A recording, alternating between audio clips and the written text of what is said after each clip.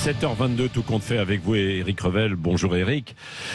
Éric, vous nous parlez ce matin des différences de salaire entre hommes et femmes, un sujet de justice ou d'injustice qui est impactant pour les caisses de retraite, parce qu'il y a une étude qui montre que les choses progressent très très lentement, hein.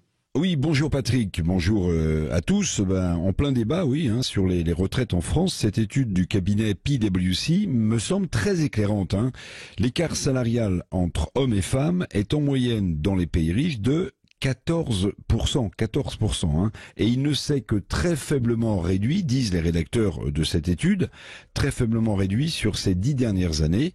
Et à ce rythme, écoutez bien, il faudrait 50 ans pour que le salaire des femmes soit équivalent à celui des hommes. Oui. En France, l'écart moyen entre hommes et femmes d'un point de vue salarial est même supérieur à la moyenne des pays riches, puisque cet écart est de 16%. Alors comment se classe précisément la France et comment expliquer ces différences salariales entre hommes et femmes donc ?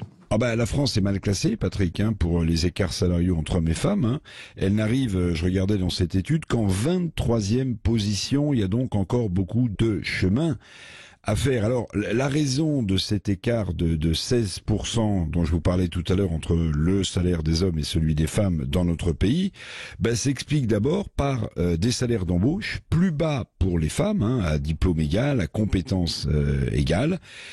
Et s'explique aussi par des carrières hachées, notamment par la maternité. Et donc, si les carrières sont hachées, la progression professionnelle est plus lente que celle des hommes. Et corollaire, logique, si cette progression professionnelle est plus lente pour les femmes que pour les hommes, la progression salariale est également plus lente aussi pour les femmes. Voici les principales raisons. Oui, en plein débat sur les retraites, vous avez commencé votre chronique, évidemment, sur ce sujet. En quoi ces différences concernent la retraite, justement ?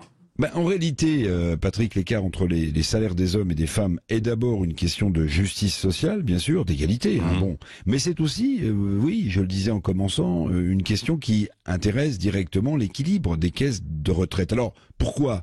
Parce que si les salaires des femmes atteignent celui des hommes, cette égalité générera mécaniquement un niveau de cotisation plus élevé et assurera mieux, forcément, l'équilibre de notre système de retraite par répartition. D'ailleurs, cette égalité salariale, c'est une des pistes que les syndicats mettent souvent sur la table, mettent souvent en avant pour rééquilibrer justement notre système de retraite.